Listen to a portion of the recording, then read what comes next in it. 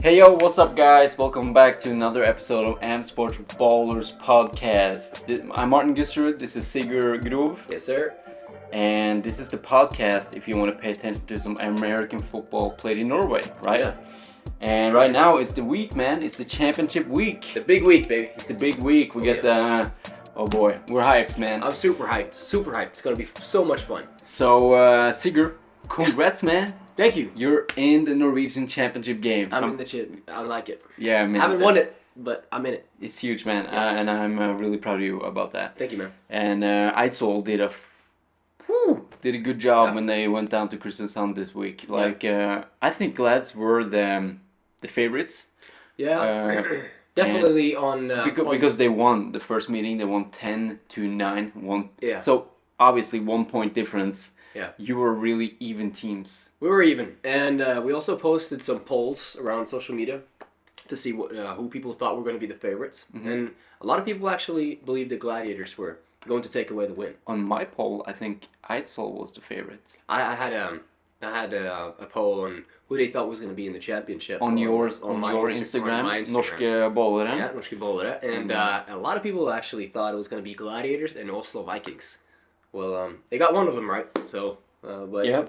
So yeah. Let's just get into the to the weeks, man. We had the semifinals. We had Glads going against Eidsvoll. Eidsvoll won 28-20, and that was one of the best games I have seen in Norway since the championship game last year. Yep. High scoring, a lot of touchdowns. Like I loved that game. To be a commentator, just experiencing, just seeing the teams going against each other, scoring touchdowns. Like it was so much fun. Big plays. And obviously, I got a lot of friends in Eidsvoll, so it was really cool to see them celebrating. And I met you guys at the Burger King. Yeah, on the way back, and everybody was in a good mood. That was fun.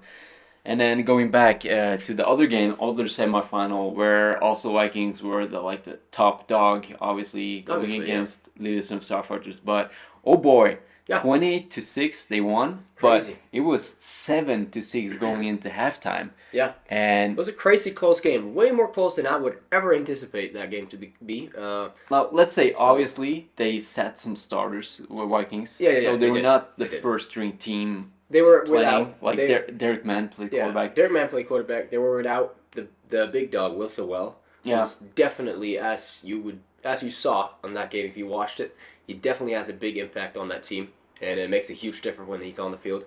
So they missed him a lot, and also I'm just going to go and cut right in there because we forgot to mention we got guests going on today. We got Derek Mann is coming on the pod. Yeah. And also Michael Hall is going on the pod. Yeah. So Derek Mann is he's coming in a little bit more than 5 minutes, and then Michael Hall is coming after that interview. So stay tuned for that, guys. That's gonna be awesome. Carry on. Will Sewell. Will Sewell and Jesper, the quarterback, didn't play. And also number 17, he was suited up. He was on the sideline. He didn't play that much, I didn't see him go on the field. He was a puncher. He was on the field. So he was on the field, but I didn't see him on the field as much as I would anticipate. But they do have really young, good wide receiver in number 13. Number 13, Wolf. Yeah. Wolf is a baller. Yeah, definitely. He came from nowhere. I never heard about him before, and then suddenly he's so far 4 touchdowns. Yeah. Maybe he scored in the touchdown. He got 5. 2. I think he scored 2 against us. Yeah, 2 against you. Yeah. And then 1 against Lillestrøm. I think it's 5 touchdowns in 3 games. Baller. Yeah, definitely. Straight up. Definitely. Someone to watch out for. And obviously we got 3 bowlers this week, and we also got a few good call, bad call. And actually the refs just did a really superb job. So I think it was a good week for the refs as well. Yeah, we so good call, bad call. It's not going to be some stuff in there though. It's not going to be as heavy as it was last episode. I promise you guys that.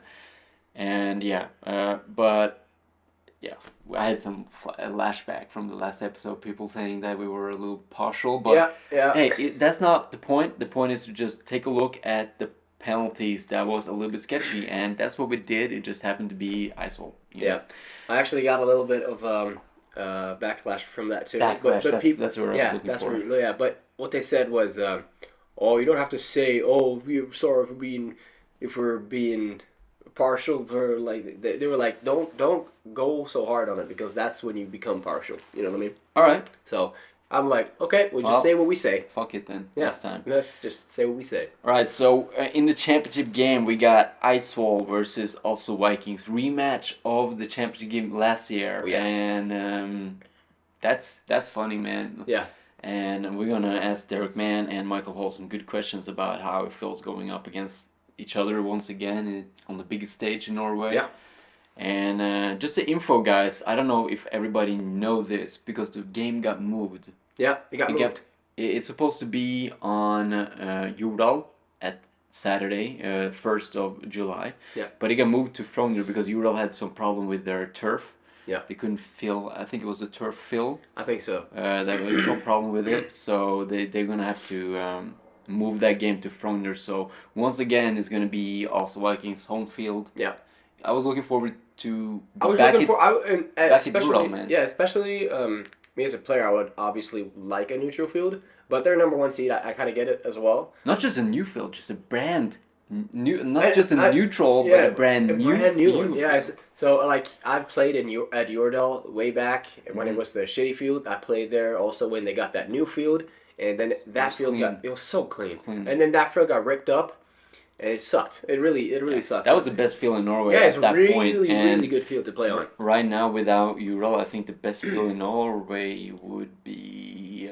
I think it would be. I haven't tried to play Lillestrøm's field actually. I was about that's to a say, really good field. I haven't stepped on it or ran on it, but it looks really nice. Yeah. It's clean. It's brand new, and I think not everybody agree with the turf fill. I don't know what you call it. Is it sand or is it a mixture of sand and plastic? I think so. Yeah. Like a mixture thing. Yeah. Somebody was complaining about that, but yeah. Hey, but it looks clean. Hey, we have a field that is dedicated for American football. That's always going to be awesome. I like the field the Glads was playing on. The emergency home field. The when we played on this week, I loved it. I liked it. I said to the Glads management, I was like, hey. This should be your home field. Just put some stands up here. And the funny thing was, right behind it was a baseball court. Yeah. So it's like American sports. Yeah, it could be like together, a really cool spot. Like, hey, get a quarterback that can pitch and throw football, and then he can play on both teams. The same home field. That'd be cool. So that'd be awesome, guys. Yeah, but I'll say something real quick. If any of you guys have watched BMS, Blue Mountain State, pretty sure you have. Playing on that field really felt like playing in that field on the weed farm You do know that's from Blue Mountain State, yes.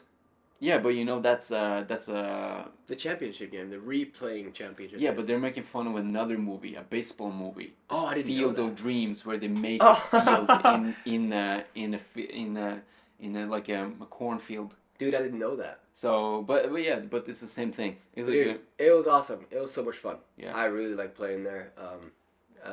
Also, our home field in Eidsvoll is grass, so maybe that's why we loved it so much. But hey, it was a really cool field to play on. An awesome job by all the Gladiators players who went up there the day before or 2 days before and like set up the field, made goal posts and everything. Yeah. So shout out to you guys. You did an awesome job, and yeah, thanks for the game. It was also an awesome game. So yes, it was. Yes, it was.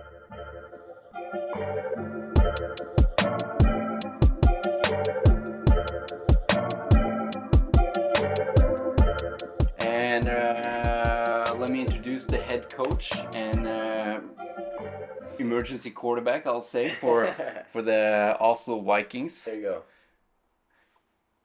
Hey, Derek, how you doing? Hey, how are you guys doing? Can you hear me all right? Yeah, we hear you. Perfect.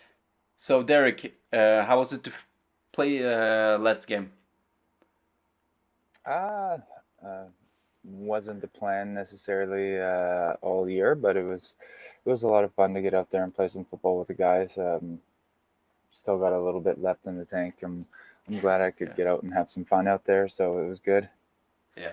I just want to know, like, going into the halftime with only 1 point lead against a team you should be, obviously, the point differential should be more. If you look at you're the number one ranked and they're number 4. How was the temperament in the halftime, like with the guys?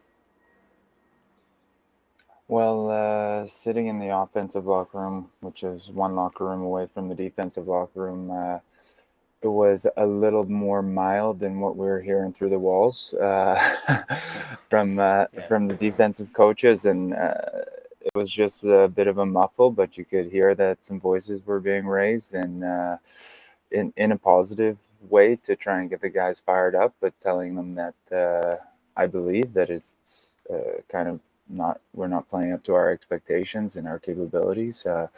So it was it wasn't so much as motivational as it was get our shit together. Yeah. Obviously, you guys turned it around, scoring then 21 points unanswered. So second half was definitely a typical Oslo Viking half. Yeah.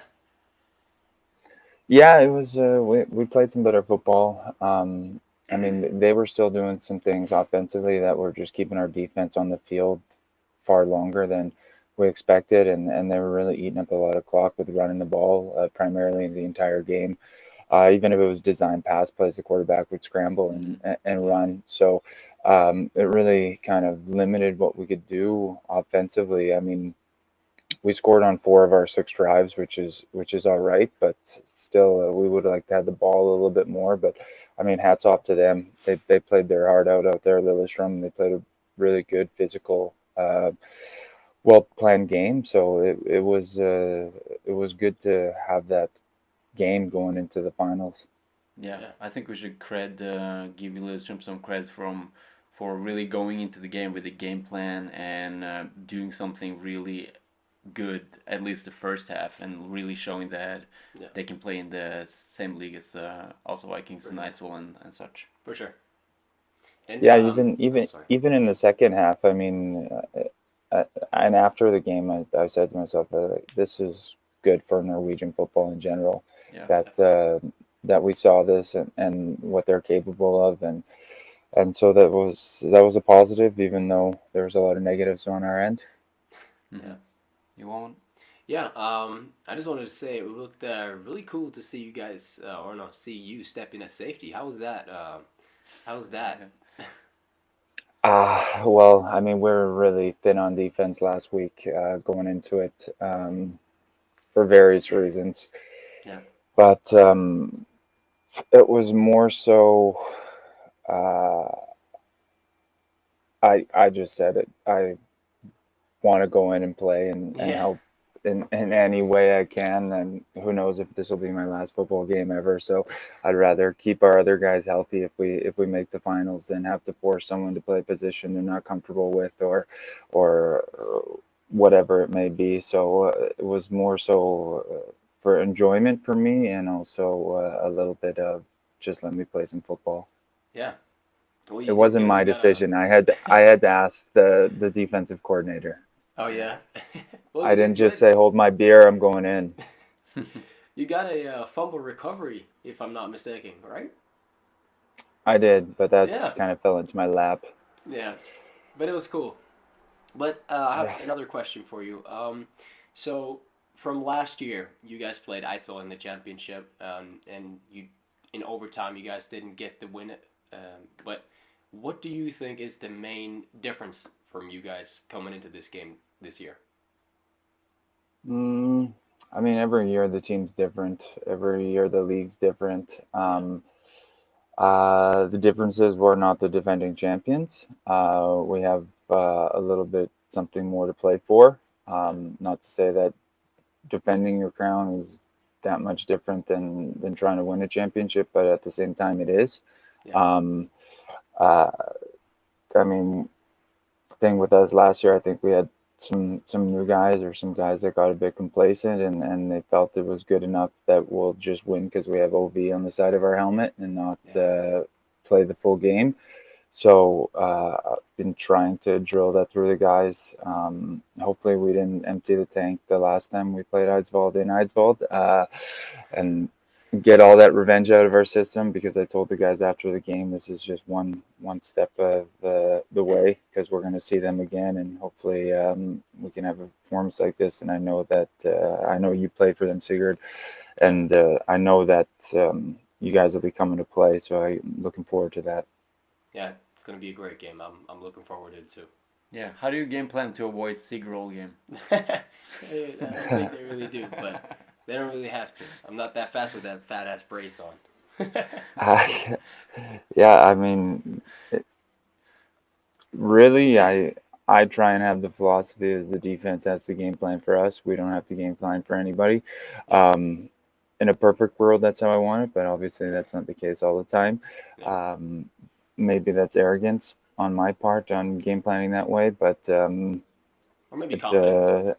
there's more than just Sigurd that you got to be aware of on the Eidsvoll defense. There's a lot of playmakers on in the box and in the secondary, so it's a well balanced team. Definitely. Um, I just want to ask you about last year. You won over Eidsvoll, I mean, 2 times in the series, and then going into the national team, you took that defeat. And this year is kind of similar. You win, you're dominant in the series. How do you motivate the guys to be like, hey, this can't happen again? You say exactly that. This can't happen again. Um, uh, no, and like I said, it was tough last year because including the 2 series games, we also beat them in the Scandinavian Cup. So it was the 4th time we played them that year, and it's really hard to get motivated for some people to play a team 4 times in a year. So I think this year is a little bit different. This is only the 2nd time we're going to face each other, and it's important to us to try and get the national championship back to Oslo, and I know it's important for Eidsvoll to keep it in Eidsvoll. Both clubs have a long-lasting tradition of being successful in Norwegian football, so it's just you got to relay that to the new guys, the young guys, the guys who've never really played before. That this is a rivalry and this is a game that really means something for both clubs. Yeah. Do you pay attention to ELF? I do. You do? I pay attention to all football, and my wife hates me for it. All right. I got a similar situation, so. Um, what do you think? Also, Vikings. Do you think also Vikings is a potential team that could be a representative of Scandinavia in that league? I mean, that would have to be a serious 5-year plan. With I think if anything, would be able to.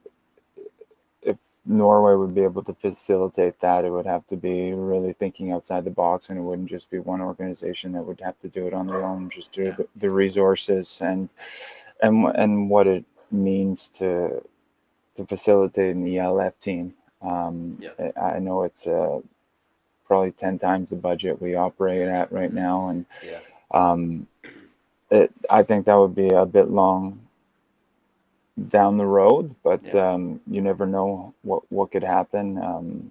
I mean, realistically, from what I've heard in the past, that they've talked about letting a couple of Scandinavian countries join together and let them be domestic teams on paper.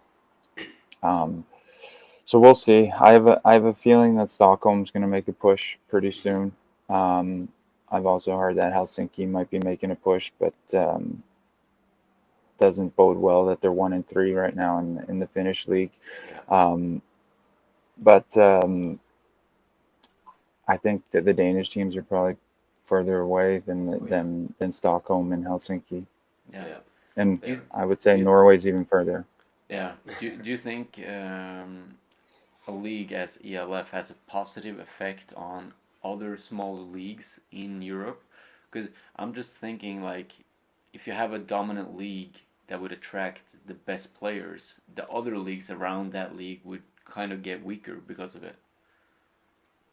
Well, it's the same fact for what the GFL 1 was. Not many people asked that question at that time. Mostly the people who are asking that question now are people from Germany, from the GFL 1, because they're not the big dog anymore.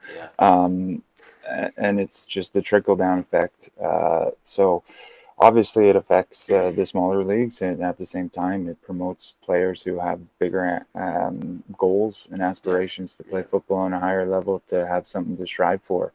And I mean, whether it be the ELF or the GFL or wherever it may be, players playing abroad. And I know Sigurd, you played in Sweden, and I mean that's something that we've always had pride in with the Oslo Vikings is if players have an opportunity to play abroad and get that experience and culture, go ahead and do it. So it's obviously going to hurt the home teams and clubs, but at the same time, it's good I think for football in general. Yeah, when I played in Denmark, I got the pleasure to play against former Oslo Vikings player actually, Eivind Rødles. He played for the Towers in my last game over there. So it's pretty cool to see other guys also just wanting to play somewhere else, you know. Yeah, and it should be deserved. I'd be a complete hypocrite if I said not to do it because it's exactly what I did when I came here. Yeah. Right. Like also Vikings, I feel like it's the as the biggest team with the most visible talents, or one of the best teams with the visible talents.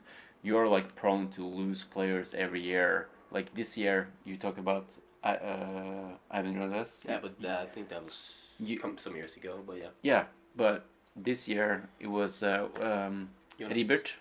Oh, Ribert, yeah. And also Jonas.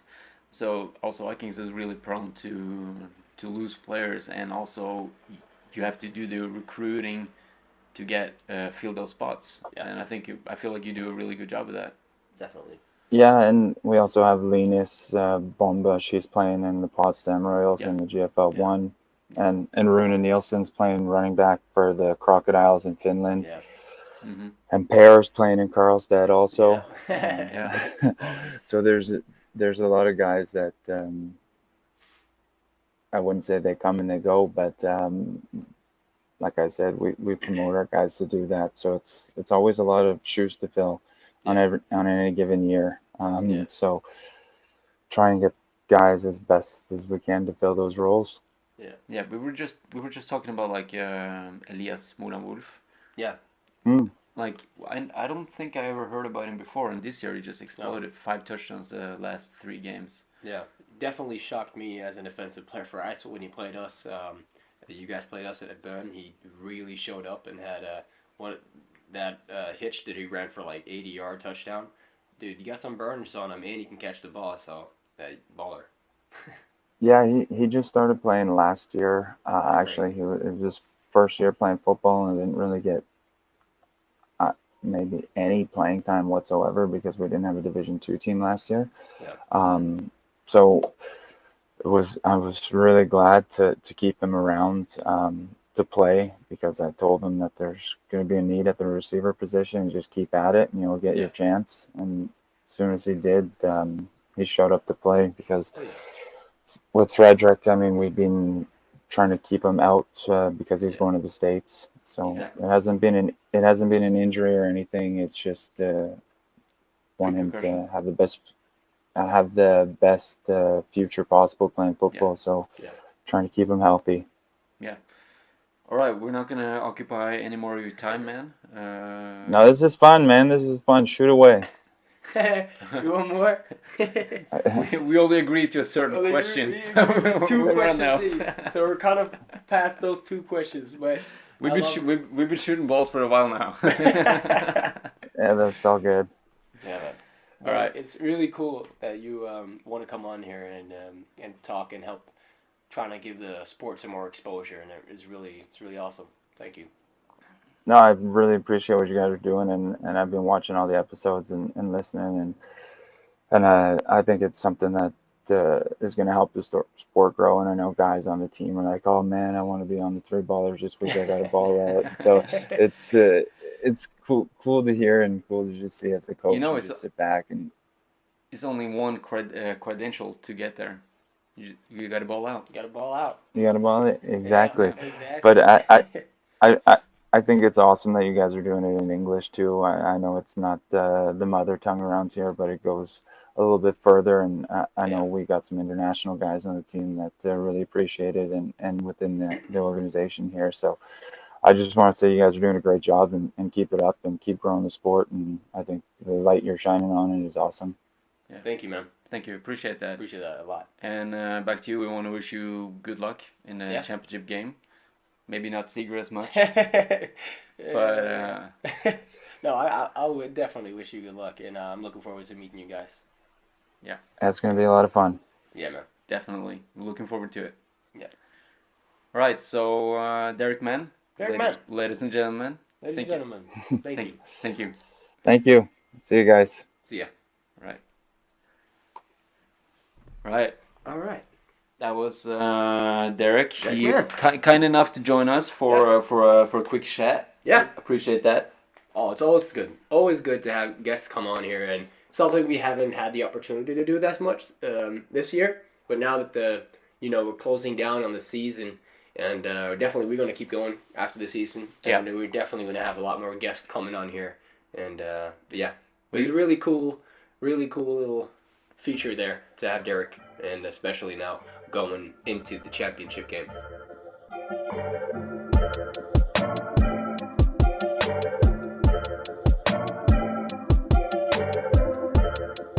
All right, we got 5 minutes before Michael joins us, so Yeah. we can hop on a little bit good call, bad call, because that's a short segment. It's this week. You All finish right. that in 5 minutes, you think?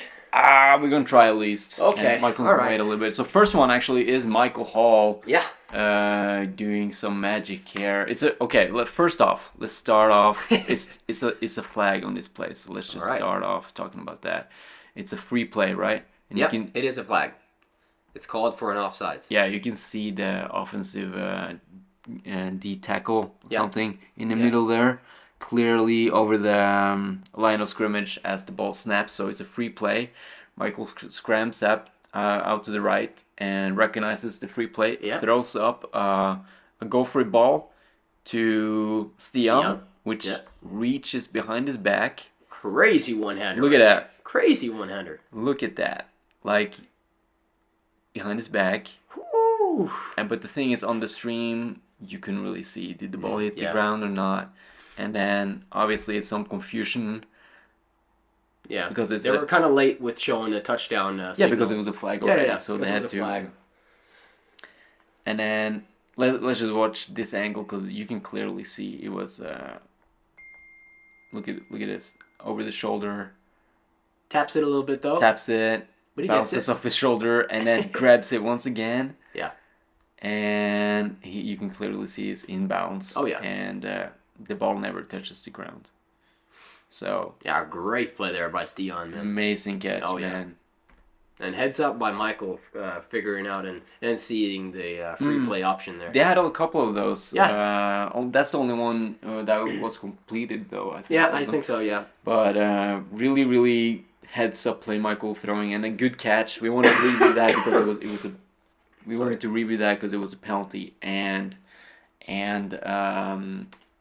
the kind of crazy catch. Yeah, crazy catch. I love him. Yeah, that was nice. So the second one here. Second one. All right, let's go back here. The second one, yeah, it's once again Eidsvoll, but I think it's it's a long touchdown to Arne. Yeah. Grabs it, splits the defenders, gets away, has enough speed to get away from number 20, and the ref calls it a touchdown. But let's take a second look there, right? Yeah. Because on the stream I actually said live, I don't think he made it. Yeah. I remember. And then Jürgen said like, no, it's a touchdown. The signal right there. Yeah. Because I thought I saw his knee down, and clearly. Yeah. Clearly he's down. It's down. Oh yeah, that's first and goal right there. Yeah. So that's 1st and 1. Yeah. First and goal. Obviously you can see the ref is behind, trailing. He Yeah. don't has the Arne boosters. Yeah. The Arne speed. Not many people has those. So he's trailing there, and all he sees, he don't necessarily, because number 20 is diving there. You don't see the Arne's knees down. Yeah. You just see Arne reaches, Reaching out, yeah. and then just hitting the pylon. It's happening so quick. Yeah. But So that one we have to say bad call. yeah, Yeah. obviously it was not We a have to say touchdown, that so Eidsvoll got a free one. Yeah. But I'm sure Michael Hall would have nailed that one in, because he'd been running crazy that game. Yeah, he so was balling out, Michael, for sure. you can see it there too. Wow. Oh, yeah. I stopped it perfectly. Yeah, great stop there. Great Goose. stop. He's down, and before his, I think at least before. I mean, we don't have the goal line camera, obviously, exactly. so I think it's not a touchdown. So yeah, that's that little segment for you today. Good call, bad call. Good call, bad call. One good call and one bad call. I'd say that's a decent little segment. Decent little segment. Yeah.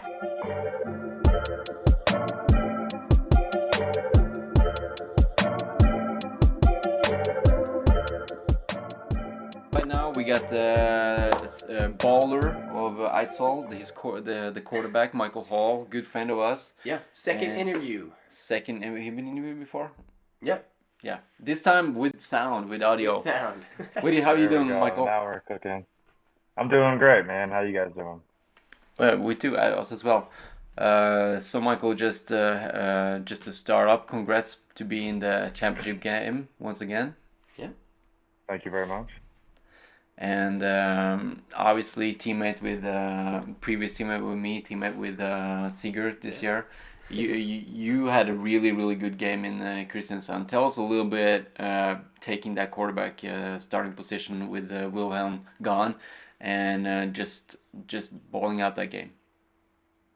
Yeah. Well, obviously you know that we had our starting quarterback Wilhelm go down, so naturally I was the next best up option, number 2 on the roster. So having comfortability with the role, playing quarterback last year, and having playing running back this year, I knew the offense pretty well, so it was kind of an easy slide and fit in and play the game. I think that for us as a team, not having our full starting roster there was definitely a battle for us from the start to the finish. But the boys really came together. We really played hard for one another, and got out of there with a W after a long trip down to Kristiansand. And just happy to be playing with my boys out there. I think we all really put it on the line and played as hard as we could and made sure that there was nothing left on the field after we were done. We came out clear winners, and wish it wasn't as close as it was, but all props to the Glads. They really played a hard game and made it difficult for us to come out of there with a win. But I think our perseverance as a team and just our preparedness really showed through, even with a very low numbered team. A lot of guys playing both ways, myself and a lot of others.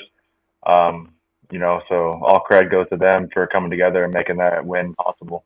Yeah. Yeah.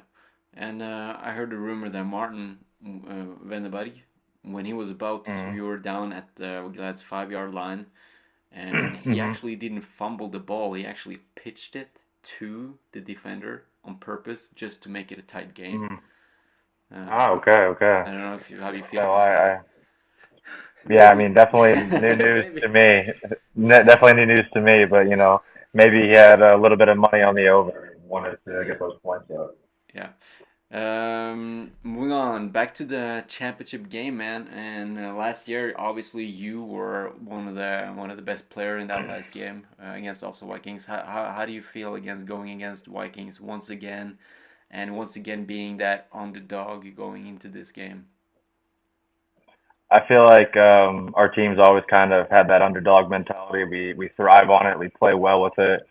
We're just stacking those chips up on our shoulder, trying to, when you're down and out against us, that's when we play our best. So I'm excited to be back there. I feel like, throughout the whole year, we all knew this game was coming, that we were going to be in the championship together, and that we would get another opportunity to get some redemption or revenge from the game that they played with us at our home field. That all kind of left a sour taste in our mouth, but the Vikings are a great team. It's going to be another battle, another war out there on the gridiron, but fully confident in the ability of our team and my teammates to prepare and get ready to go out there and put on a show. It's going to be another day on the gridiron. What's better than playing football, baby? Nothing. Right. You got one, Sigurd? Mm-hmm. Yeah. So, as of now, you will be the guy for both the offense and defense, as of the information that I have right now. How are you going to take that leader position going into the championship game? I feel like I've been doing this for a long time, and I've always kind of held a leader role in most sports teams, whether it be football or other sports that I played throughout my career in high school and such. As a badge of honor, I look for people to look up to me and try to be that leader, the one that sets an example, that sets a tone early and makes and holds people accountable, including myself. And so I look forward to having that role. I feel like I flourish in that role. I pride myself on being a good leader and being somebody people can ask questions and get straightforward answers, and we keep it moving.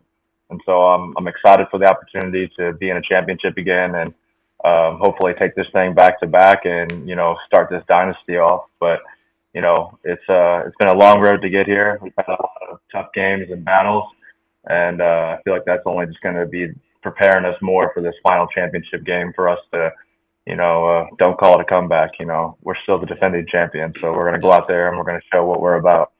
Yeah, you're definitely, as you said, you're definitely a leader and pretty vocal too. I know, and I mean you know how to fire the guys up and then get people to go to the right spots and stuff like that. So Eidsvoll's better off with you than without you. That's for sure. Yeah. How do you feel like last game? Contra last year, you had both Carl Berg as a linebacker. Sorry, my phone. last year you had both Carl Berg as a linebacker, and last game you were also missing Elias Avne. Was it a little bit overwhelming for you to be that in that heat, to be linebacker and running back? No, I mean quarterback, but you rushed a lot. And do you feel like that made it possible for the Glads comeback? I definitely think that me playing both ways, as tired as it can be, I don't think it really takes too much away from my play. Maybe a little bit towards the fourth quarter in pursuit for defensively, more specifically. But definitely having guys like Elias back out there and Jurgen is going to be a whole world of difference for our defensive side of the ball. I definitely lean on those two guys as guys that have big motors and can help cover the field with me as well as our other teammates that we have out there. So those are definitely two pivotal pieces we're very happy to have back, as well as up there, the line. So that way, Swat it both ways, and he can really focus on getting after the quarterback and running backs on defensive line. So when we have our full team at full strength, there's no stopping us, and I've trained and conditioned myself for moments like this. So I'm definitely prepared to go all three ways at all times, just because that's how I've trained my body and conditioned myself to be able to continue to play. And it was a hot day there as well, so that definitely affects everyone. When you have the heat coming down, but that's why we take magnesium tablets and drink water. So you just got to make sure you're always prepared for the worst and hope for the best. And we got it done. But definitely playing both ways is tough, but nothing that I'm unfamiliar with and I'm always prepared for. Yeah, and not that you showed any bad playing when we played against Christensen, but did the effect of stepping into the shoes as a quarterback again have an effect on you mentally, or did it feel like you were just throwing the ball like last game? Back at it. Yeah. I definitely. I feel comfortable playing quarterback. I really enjoy it. Honestly, it's kind of brings me back to the childhood love of the game. Having the ball in your hands at all times, having the decision power of what's going to go on in that certain play. So I do like the idea of being flourished with holding the ball and having the decisive power. It does feel good. Mentally, I think that obviously there's a lot more to think about, so it definitely is a little bit more of a strain, and you have to be laser focused to make sure you don't create mistakes, because with all that power, having the ball in your hand, it also gives you a lot of opportunities for mistakes that could be pivotal for turnovers and such. So a lot to think about, but I feel like one thing specifically, my knowledge of defense helps me tremendously as a quarterback to read coverages and kind of already know where people are going to drop before they drop, just by their movements and pre-snap adjustments. So I feel like that's definitely a big benefit for me as a quarterback, is just knowing defense so well that I can break it down pre-snap and understand which coverage there are and the linebackers. Yeah, you're cutting out a little bit there, Michael. Hold on. Yeah, Wait a second. we lost you a little bit there. Yeah, it's a little bit of like chipping in your microphone. Chip. Is it still chip? Yeah, it is, unfortunately. Maybe. A few moments later. We had a really good spring so far, like clean weather, not too many rainy games, but actually the championship game on Frogner says that it's going to rain and be more chilly at least than last weekend. How do you game plan against such weather, and also how do you think that plays to your advantage? Well, personally for chili, I'm all for that. Love that. The less heat, the better. So I'm have no issues with chili. You know, I grew up playing football in the fall where it gets usually we play about 10 to 15 degrees Celsius. So chili is no problem for me. As far as rain goes, I haven't really had too many issues throwing in the rain as long as there's not any sand on the field to mix with that rain. But Yeah. I feel like that it'll definitely play into a little bit more of a run game style of offense for both offenses. Yeah. Defensively, that definitely plays into our strength, and offensively, I feel like we can move the ball quite well with the run when we're getting our blocks set up. So I'm definitely not worried about the rain or the chilliness. I actually welcome the chilly and hope the rain stays away, but I feel like preparation is key for that. Um, Unfortunately, we don't always get beautiful weather out in Eidsvoll, so we definitely have had our fair share of practices with rain and cold and wind to match. So I feel like we'll be very prepared for that. And luckily, with the turf field, the rain shouldn't cause too many options or too many hurdles to jump over when it comes to slipping. Yeah, no mud bowl, nothing like that. So turf is very consistent. So rain, wind, or shine, Eidsvoll's going to be ready to play. Oh yeah. All right, we're not gonna take any more of your time, Michael. Thank you for joining us. Well, quick, Yeah, no problem. quick, Thanks. quick. Mhm. Do you watch ELF? Yes, I do. Yeah. What do you think this kind of league has like effects on the rest of Europe and the football? I think one thing that it does is it helps promote a superior product that they're putting out there right now. They have a big fan base, specifically in the German teams. They're revamping a lot of the old NFL Europe teams, such as the Barcelona Dragons, Rhein Fire, the Frankfurt Universe, or Galaxy, excuse me. Yeah, and so there's a lot of hype around it for sure. I think that initially there was a lot of negative reactions because the thought was that they're just going to be poaching players. But I think in a chance or in an instance, that's kind of how it started because a lot of the home teams would lose their players that were within close driving distance. Yeah. But I feel like they should look at it from a different mentality as these players are upgrading to a better product with people that are going to have full-time coaches and people that are going to really help elevate their level and elevate the game. And at the end of the day, that's what most people want from the sport is to have an elevated opportunity to experience football at its highest level. Yeah. And right now in Europe, that's definitely what they have. You know, I feel like the one thing that they've done well is have a lot of good coaches. And I feel like if you want any country's football to flourish and get better, the investment in coaching is where it really needs to start. Obviously, getting import players in is great because it also elevates the level.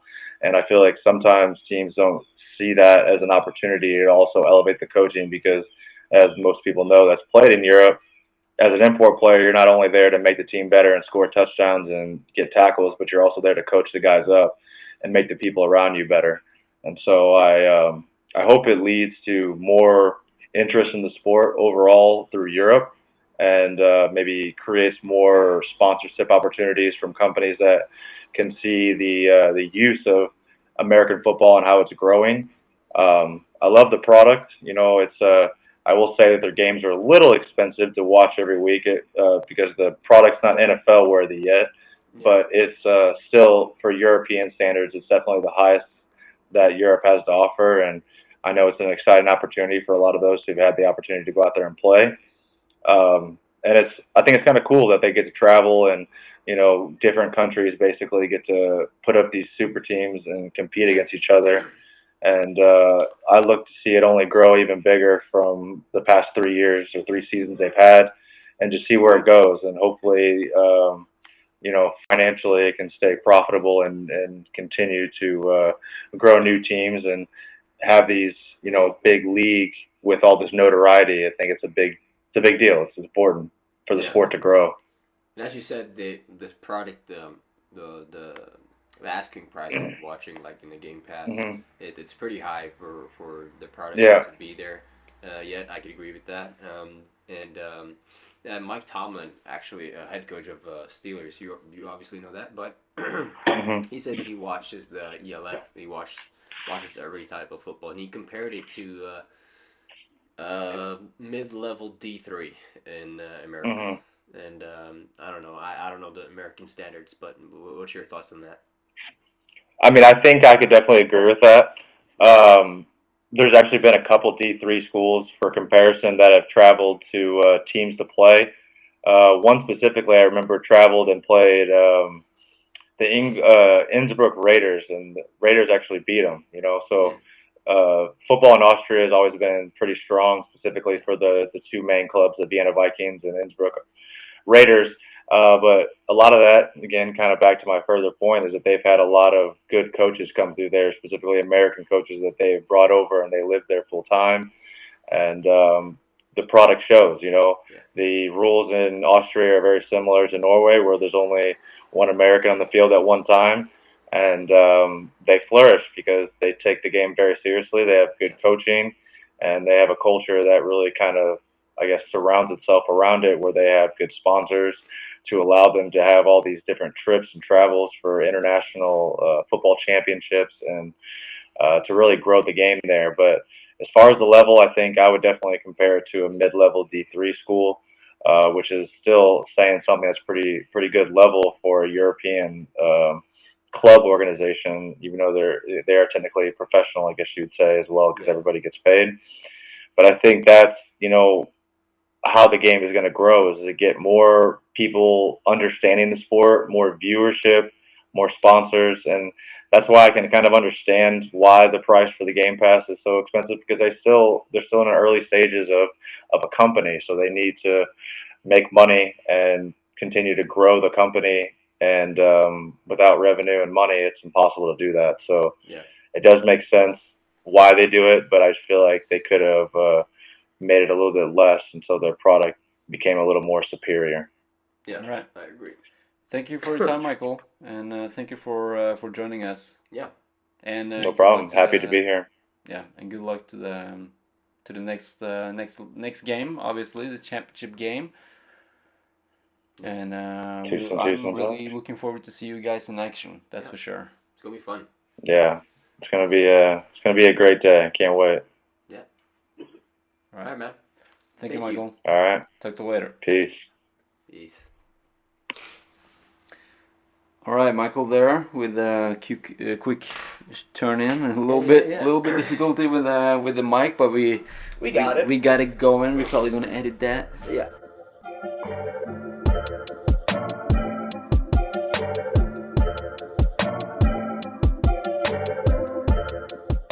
A little bit for you guys. Hey, let's just power through, move on to the big segment.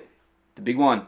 It's the Free Ballers, and this is like a special edition. It's the semi-final Big Ballers. Yeah, semi-final Big Ballers. Semi-final Free Ballers. Let's go. All right, so I'm gonna start with the first guy here. Yeah, you go ahead, man.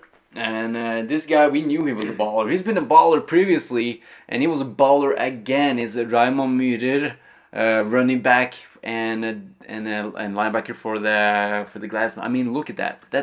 That's how they started their second drive with the Raymond run up the middle. Sigurd tried to push it. Yeah. Hit him right there, and look at the stiff arm. That's dirty. Really good play.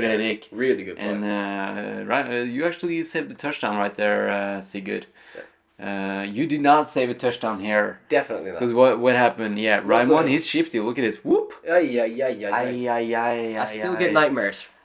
Yeah, Raimund is like, get up to you. Yeah. And obviously Raimund... Or he gets one guy right here, second guy right here, Yeah. and then just... Obviously, Raimund is a hard guy to tackle. Jesus. He's big enough that you gotta go low and hard, but Yeah. he's shifty enough to recognize when you do and get away from it. Yeah, that's the fun thing about Raymond, because I used to play with Raymond all through juniors and some level of senior as well. And after he moved to Christensen, dude, this guy's really flourished. Gained some weight. Yeah, he's gained some weight for sure, but he's also flourished. Bro, it's as a football you player. made a tackle in that every clip so far. You finished it off. Yeah, that's So yeah. that's awesome. Thank you. But yeah, this I missed one right there. Yeah, but yeah. Look how much they use Raimund, and they really ought to, because he's definitely a playmaker on the Glass team. That's what I wanted to say. Carried them on defense also. He did made play. I didn't put anyone on the hotline, but he made some plays on defense. He made some plays on defense. He's definitely a guy that will come up in the hole and make a tackle. Season wrap up for Raimund. He's the interception leader of the league. I think he got 5 or 6 interceptions. So he's a linebacker, dude. Damn. Definitely a baller. I take a hit from that. We wish it was me, but hey. Obviously. All right. Oh, one last thing I want to say about Raymond. So I'm playing on the defensive side on Eidsvoll, and I just wanted to say a little bit more about what you said. But this guy's really the engine of for Christensen. It really felt like, because he was on the ball every single snap, really a part of the play, every single play they played, and he really did a good job. He made highlights all over the field. So that's why he's one of the 3 ballers this week. Definitely an MVP candidate for the Glads for that game? This year? Definitely. For the Glads and in the the Gladiators. season. Yeah.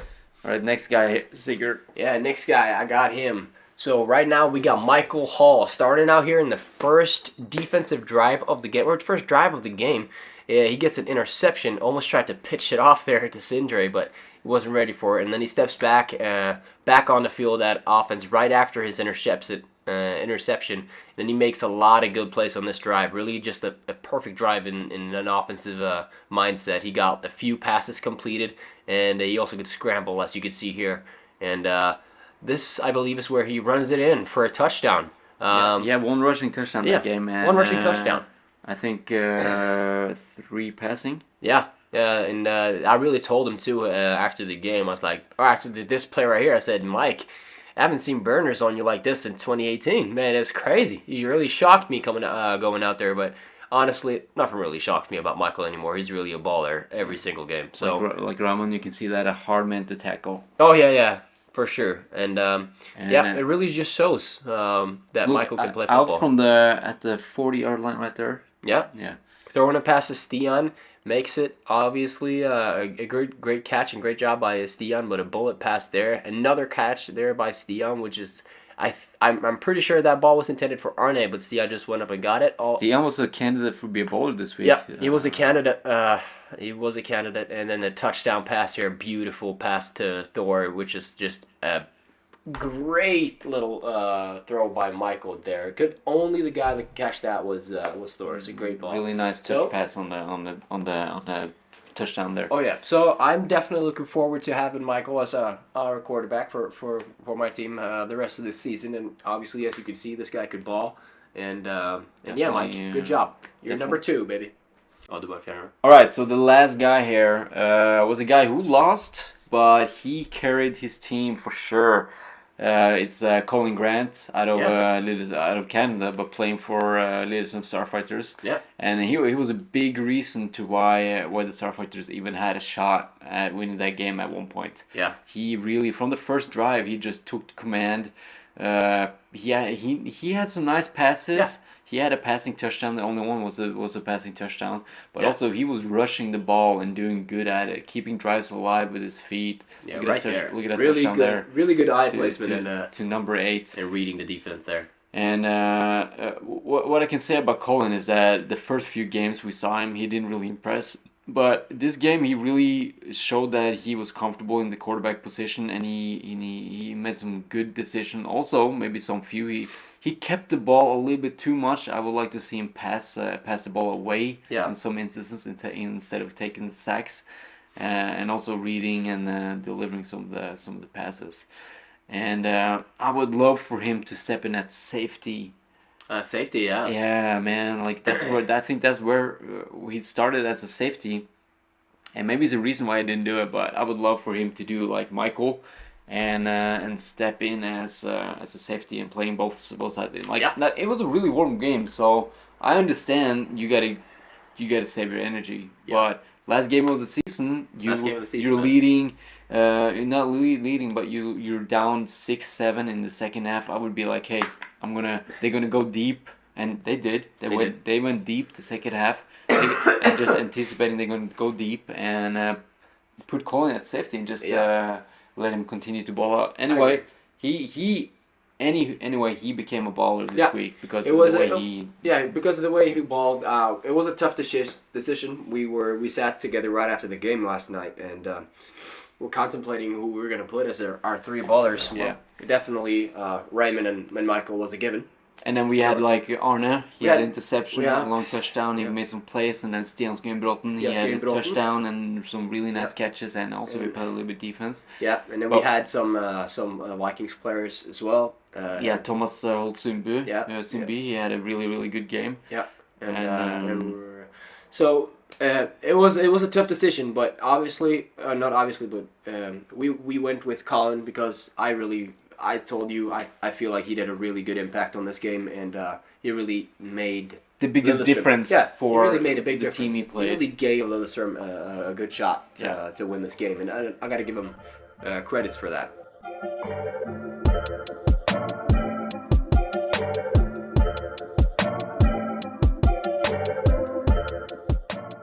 Right. Yeah. So I asked my Instagram about a few questions for the pod today. Got some questions. All right, just a few one. And the first one actually on topic. Do you think the halftime that Lillestrøm was only behind 1 point proves that they belong in the top division? And I said this yesterday. There's no way they can look back at this game and say that no, we should probably not stay here for the next year. Mm-hmm. You guys really should be here. You're making a difference in this league. You have a chance to be a great team. This is your first time out here. Yeah. And you're taking the Vikings 6-7 into the half. Vikings is a really good and highly experienced team with a lot of good coaches. Some will say they didn't play their starters, but Vikings has depth, so they don't necessarily need all. And also that's another thing. Lillestrøm has such a big roster. They have such a big roster. If they focus on coaching and just development, they can be in a really good position in a few years, I think. Yeah, they can be in a really good position in a few years. They can also even develop a D2 team if that is something that the players want to. Maybe there's some players that say, "Oh, I don't want to play in the Elite Series because it's so much more serious than playing in D2 is." Then for your sake, start up a D2 team and a Elite Series team because you guys have a deep roster. I'd say you have a deeper roster than we do in Eidsvoll, and I'm pretty sure you guys actually have the deepest roster in Norway.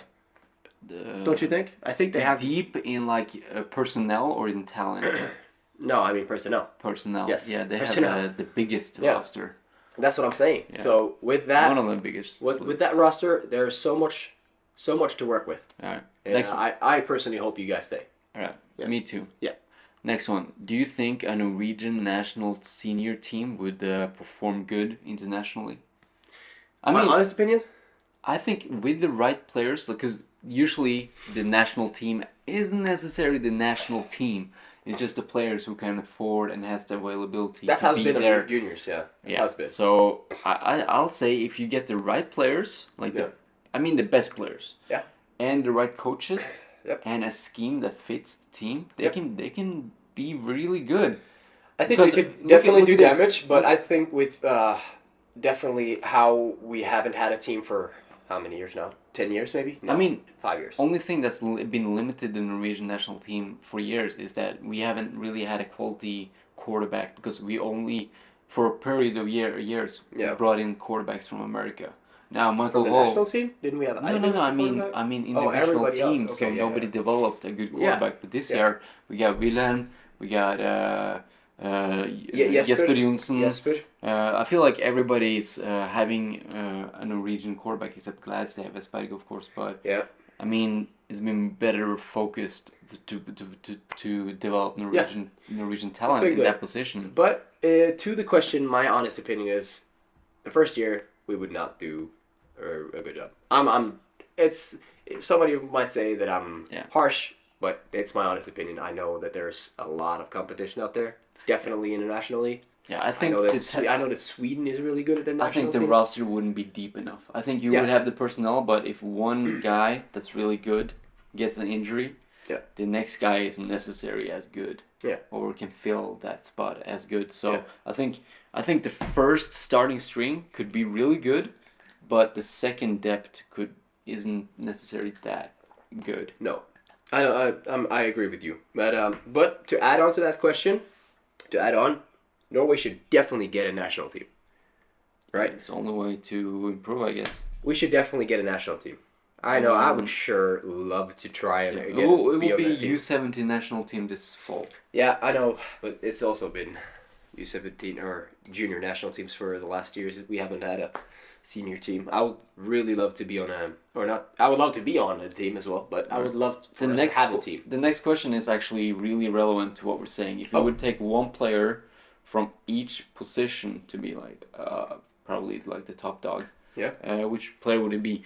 One player from each position. So let's start quarterback. I would take Jesper Johnsen. Yeah, I'd go with Jesper as of right now, just because of what he's shown this year. Let's say Norwegian people, Norwegian players. So Will and Michael out of the equation. Westberg out. Yeah. Okay. Running back. Norwegian running back. Rune Nilsen. Yeah, I was gonna say actually. Yeah, definitely. Yeah. Yeah, definitely. I'm thinking, but running back, I think we need two running backs, right? Right. Oh, like a fullback and a running back? Yeah, no, you need two running backs because that's the way it works these days. Yeah. Two running backs, okay. So we got Rune Nilsen and maybe JJ. I'm just saying. Raymond Mure is playing running back. He's playing running back. Yeah. Forgot. So, Raymond's been balling out. Yeah. Yeah. So I would take him too. I forgot. Yeah. He's a receiver and a quarterback, and we're gonna take him on defense too as a linebacker, outside linebacker. Yeah. And then as outside linebacker. Another middle linebacker. I look at his linebackers there. Outside Raymond. Yeah. Middle. Oh man, I had it in my Elias Evne. Elias, yep. And then the other outside Magnar Hansen. Yeah. Number 44 from Glad. Oh yeah. I feel like he's playing really good. Yeah, it's a pretty I'm good trying play. to think Glad Vikings which linebackers they have. They have Will obviously. Yeah. And they've been really good at linebackers. I just can't remember their the names. Yeah, it's tough because only time we really read people's names that doesn't make that huge highlights but play good. It's on when we get the roster. Yeah, list. Let's go It's D hard ends. to remember. D ends. All right, I'm gonna go Thomas Holt Sundbu. Yeah. One. Yeah. And the definitely. other one, it's between three. It's Petter Langdalen. Yeah. It's Jørgen Alnes, and it's Sverre Borås Klingseth. I can get behind that. Yeah. But I don't know which one of those two. Those. Oh, three. I thought you called them out to be. Oh, okay. So you want three? No, two ends. Oh. And I think Thomas deserves a solid one. Yeah. Because I think he's been the most consistent throughout. I would take. I'd say in talent and experience wise, I would go with Jørgen. With the speed. Yes, but he's only played 3 games. Yeah, that's the thing. He's only played two or three. I can't remember. So I would go with Sverre. Honestly. Mm-hmm. Dude's been making sacks, been making tackle. He's a really reliable guy on a run play, and he's also been playing both ways for a lot of games. Yeah. So. Yeah. D tackle. So, yeah. What about D tackle? D tackle. I have no idea. Dude. Oh, I'm gonna be such a dick now, but if Thomas Johansson is a D tackle, I don't remember if he's a D tackle. He's a tackle, bro. He's good. Yeah, but he had the sack that ended the game in Christensen. I just feel like they're. I like Thomas, I do, but I feel like we're missing somebody there. I'm not the best at the D tackle position, so I can't really remember anyone. And I know Thomas because he's a friend of mine. I know him. Played with him. Yeah. I just know that he's made a lot of plays for us on our defense. Right. What about safety, Sigurd? I gotta go with me. You gotta go with you. I gotta go with me. You know, honestly, I feel like I gotta go with you too. Thank you. You did No, a good that's- job. And but then the probably other biased, safety, though. I'm gonna I go always with the safety on Glads. Stick Or with actually, Glads. yeah, I'm gonna save Lindbergh for the wide receiver because he's been doing good shit. Lindbergh's safety. the wide receiver. Yeah, he's been doing good at safety too. But I'm gonna go with the guy Thorsen, Lars-Erik Thorsen, number 21 on Glads. He has had some interceptions this year. Or something. Yes? Yeah, he's been playing good. Yeah. I've seen him. I just don't know if I've seen someone else do better. That's the only thing in my head. You know what I mean? Yeah. I don't know. All right, corners. Corners. Damn. Man, that's tough. one. Dude, I think I actually got to go with Esu. Remember? Yeah. Esu for the Vikings. You think? I think he's been doing a pretty good job. All right. I know that we've been mentioning him a lot in our streams. And I know that he's, when I played against him, he did a decently good job in press and holding me a little bit in check. So I think he's been doing a pretty good job. Yeah, and I think Sindre is doing too. Think Sindre? Yeah. It's between Sindre and Esu. no, because you got two corners, but it's Esu is one, and actually it will be between Esu and Sindre, and then I would go with Jonathan as a safe one, because Jonathan's been doing a good job. Yeah, but He has some misplays that's been huge. I think actually there is a corner playing for Lillestrøm that's been playing really well. Which number? I think it's 24. I'm not sure if it's a corner or not. He's been popping out. Yeah. O-line, I know 0 people, so I'm not. You We're not going to touch O-line. You guys have to remember that this is from the top of our heads right now. Yeah, we are not. we This need is to not prepare any this. ranking list or anything. This is just what we are thinking right now in our heads. Yeah. Right. And it's not easy for us to remember every single player in Norway. Wide receiver, Fredrik Felseth. Oh yeah. We're going to pick 3 because it's 3 wide receivers. 3. And No. Let's go Lindbergh. 4. Let's go 4. Okay, Lindbergh, Yeah. Fredrik Felseth, and Lindbergh's Arne Felseth. August. I mean, He's back. He's back. He is back. He's back. I love Arne. I probably love Arne more than anyone here in Norway. I adore the You guy. going to 2-day extension and stuff? No, I would not go with Thor. Instead, I'm just thinking right now. You just have to give me some time. Oh wait, Yeah. Adeline. Adeline. Obviously. There you go, yeah. And also yeah. Marlon Hilton is a contender there. Yeah, but right there, I would go with Arne over Marlon because Marlon has made good plays, but he's not made many. Marlon He's not has- made many. This year he has. He had okay, This year he's been scoring a touchdown almost every game, bro. really? Yeah. Probably. I'm probably tripping. As you guys He's know, not scouting the teams, you know. He's I'm not- winging it when he I know. I scout the teams. Obviously, scout the teams, my dude. But he had a touchdown over you guys. yeah, but you know, I know he got a Beautiful. touchdown. He got a touchdown in the semifinals. A very nice catch. And he had a Yeah. touchdown down in Glads. I guess. Yeah, every he had time. a touchdown in Kadus, which Yeah. was a really deep pass. He ran a and the catch. backside route. Yeah, he ran a backside route. A really deep drag, or maybe a post that he just converted into a drag over top, and quarterback saw him do that. It was a really good play. We're gonna stop to embarrass ourselves right Yeah, now. I think we're gonna because, stop embarrassing ourselves. we're- Jesus. Obviously, we're forgetting names. Yeah. Number 1 and number 2. This is on top of our head, so Top of our head, so right. we this is not. But But- something that you Comment definitely- put do you in the think? comments what you think, What do you all right? And But one thing you can know for sure is that there is going to be. We're gonna rank. There's going to be a ranking. yeah, we There's didn't have going to be time a this year ranking because the interviews and stuff. But we made some rankings and stuff like that. It's not Yeah. based on one guy per No, position, but it's based on definitely not. something else. It's going to be a ranking system, and it's also might be coming some other cool stuff. We don't know yet, but we'll see. Yeah, we're gonna have an episode after the championship game. Yeah, a little recap. A little recap of the season. We're gonna give away some MVPs and stuff like that. So that's gonna be fun. Yeah. Other than that, I think we're gonna continue the pod throughout the fall, right? We're definitely going to continue the pod. Be more like an NFL thing, maybe. It would be an NFL themed, or it would still be an American football themed Yeah. podcast. It would definitely be a segment about what's going on in Are American football. we going to talk in about Norway. whatever is going on in Yeah. Norway, like D2 and Yeah. U17? We're going to talk about everything like that's going on in Norway, but we're also going to be focusing on other stuff like ELF and the NFL. So with that, we want to thank you all for paying attention to the pod, and also everybody that's doing are a member of our Patreon. Yeah, really appreciate that. And also, if you want to become a member of the Patreon, please consider it. Like it's like payment option alert, and everything we get in, we put like microphones. Like we have shitty microphones right now.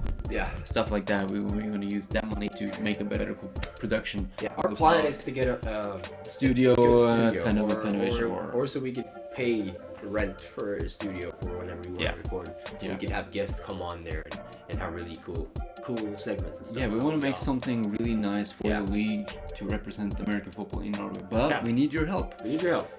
And we gotta thank our sponsor.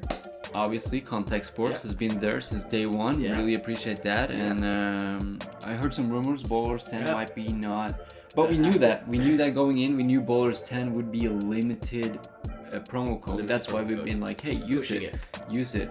So it might be down, and we're gonna take contact with them this week to see what's going on. We might have another promo code coming up, and maybe another giveaway. Who knows? We have to decide who won the first giveaway first. So we're wow. gonna do that at the end of the season too. We've been having too much shit to do. So obviously, thanks to you for listening. Thanks to our Patreon. Yeah. And thanks for this episode. Thanks for our guests and everything. Thanks for fun, you guys. Thank you so much for coming in and being a part of it. Love and appreciate y'all. Yeah. So, thank you. All right. Ball out. Ball out. Yay, sir.